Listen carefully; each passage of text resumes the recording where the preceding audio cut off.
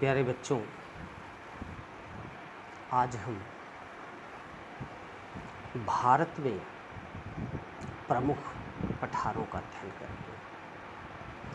तो सबसे पहले जान लें कि पठार है क्या चीज़। पठार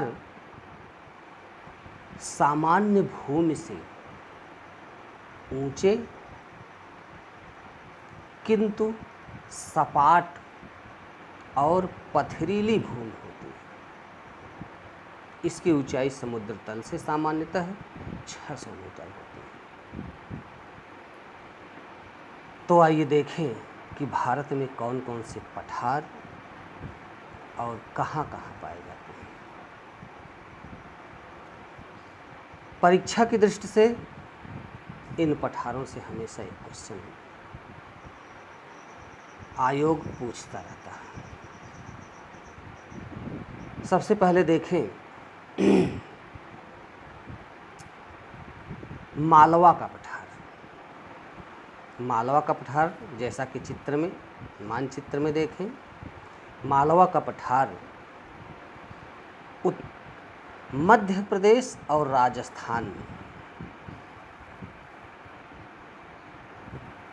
इस क्षेत्र टोटल मध्य प्रदेश और थोड़ा सा राजस्थान में पाया जाता है।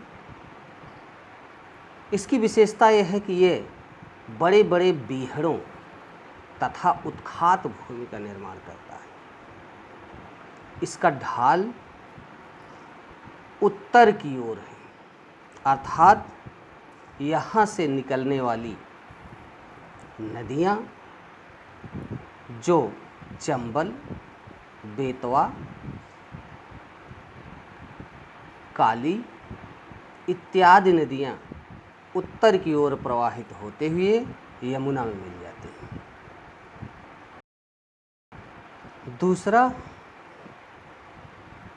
दूसरा पठार देखें बच्चों।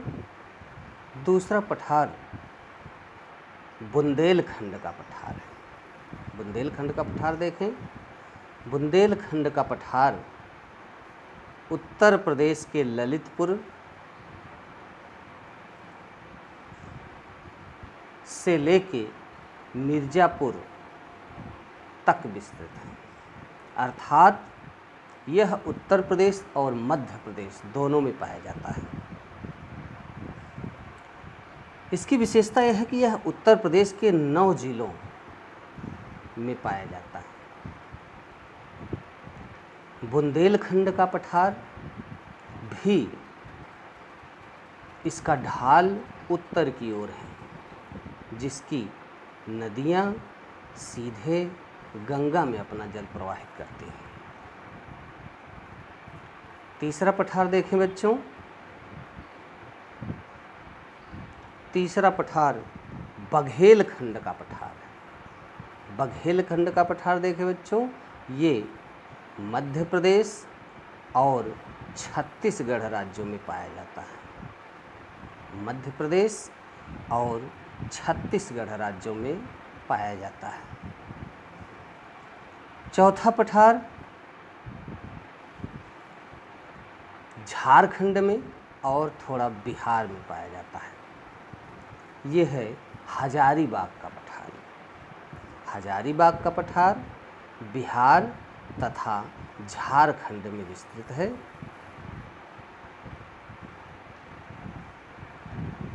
पांचवा पठार रांची का पठार है। ये रांची का पठार जो झारखंड में टोटल पाया जाता है। छठा पठार छोटा नागपुर का पठार है। तो दोनों के बीच में छोटा नागपुर का पठार है।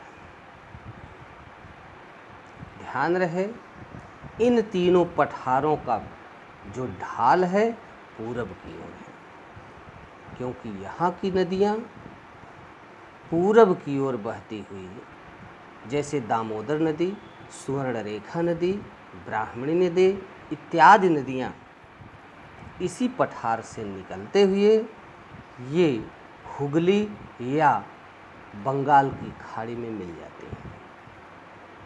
ध्यान रहे बच्चों, ये छोटा नागपुर का पठार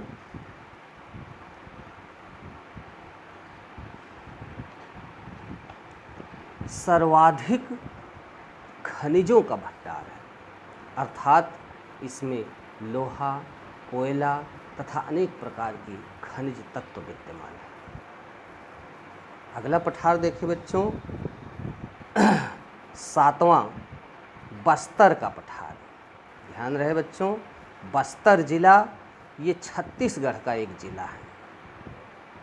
बस्तर का पठार छत्तीसगढ़ का एक बस्तर जिला है, तो बस्तर जिले के नाम पे इसका नाम बस्तर का पठार कहते हैं। यह छत्तीसगढ़ और कुछ उड़ीसा के भागों में विस्तृत है। अगला तेलंगाना का पठार। ध्यान रहे बच्चों, तेलंगाना का गठन अभी हाल ही में हुआ था, तो तेलंगाना पे जो पठार पाया जाता है ये तेलंगाना का पठार कहलाता है। तेलंगाना राज्य का ये पठार तेलंगाना के पठार के नाम से जाना जाता है। अगला पठार कर्नाटक का पठार या इसे मैसूर का पठार भी कहते हैं। कर्नाटक का पठार कर्नाटक राज्य में है, इसे मैसूर पठार के नाम से भी जाना जाता है। यहाँ की प्रमुख नदी कृष्णा नदी है। अगला पठार बच्चों कर्नाटक में ही बेंगलुरु का पठार है। ये देखें बेंगलुरु का पठार, जो कर्नाटक के साथ साथ कुछ भाग इसका आंध्र प्रदेश में भी पाया जाता है। यहाँ की प्रमुख नदी कावेरी नदी है।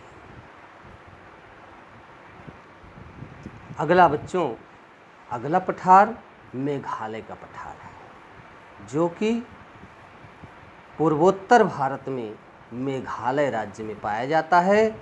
इसे शिलांग का पठार भी कहते हैं। मेघालय का पठार है ये, इसे शिलांग का पठार भी कहते हैं।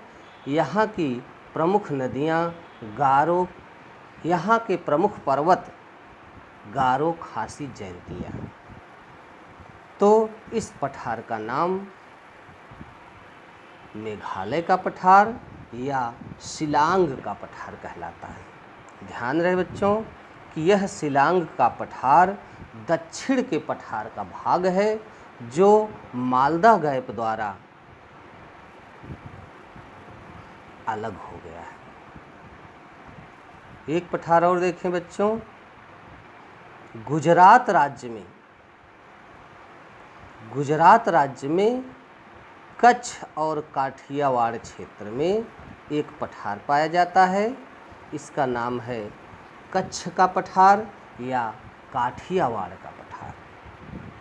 तो बच्चों इस मैप का गहन अध्ययन करें, बार बार अध्ययन करें, इसे याद करें, क्योंकि यह टॉपिक परीक्षा के दृष्टि से अति महत्वपूर्ण है।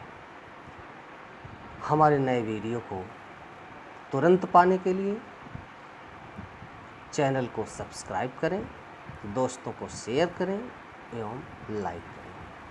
धन्यवाद।